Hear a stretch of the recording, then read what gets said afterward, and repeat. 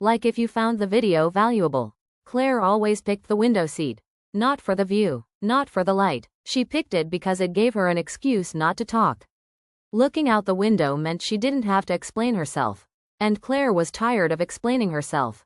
Flight 237 from Melbourne to Perth. Middle of July. Aisle seat still empty. She hoped it stayed that way. But of course, it didn't. At the last minute, he arrived, hoodie half-zipped, backpack slung carelessly over one shoulder, and a paperback sticking out of his back pocket. He looked like someone who still believed in adventure. Sorry, he said, brushing past her knees. Middle seat blues. She gave him a polite nod. He smelled like cinnamon and rain. He sat, pulled out the book, Letters to a Young Poet.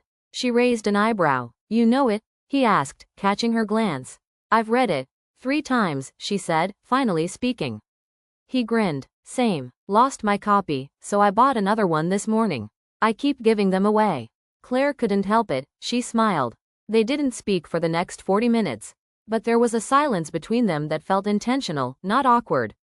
Like two people listening to the same quiet song. Then came turbulence. A sharp jolt. Claire's fingers instinctively grabbed the armrest. His hand was already there. Not a fan of flying? He asked. Not a fan of falling, she said. He chuckled. Fair. The plane steadied. She loosened her grip, but her fingers didn't move away from his. Neither did his. Do you believe in timing? She asked suddenly, hours later, mid-flight. He looked at her, serious now. Yes, but I also believe timing can be repaired. What do you mean? Sometimes the universe gives us a second try. We just have to be brave enough to say yes this time. Claire looked out the window. She wondered how many people sat beside the right person at the wrong time. His name was Jonah. He told her he was going back home after a breakup. That he used to write letters to strangers and leave them in library books. That he once fell in love on a bus and never spoke to the girl. Claire told him she was a painter who hadn't painted in 3 months. That she hated July. That she always felt like she was watching life happen instead of living it. He said, "You're living it right now." And she believed him. They landed. The airport buzzed with reunions, rolling suitcases, and tired toddlers. They walked together to the exit, not speaking. Something fragile hovered between them, unspoken. Claire turned to him. Well, see you never? Jonah tilted his head. What if I don't want that to be the story? She looked down, smiled, then rewrite the ending. He reached into his backpack, pulled out his tattered Rilke book, and placed it in her hands. Page 73, he said. I left you something. And just like that, he was gone.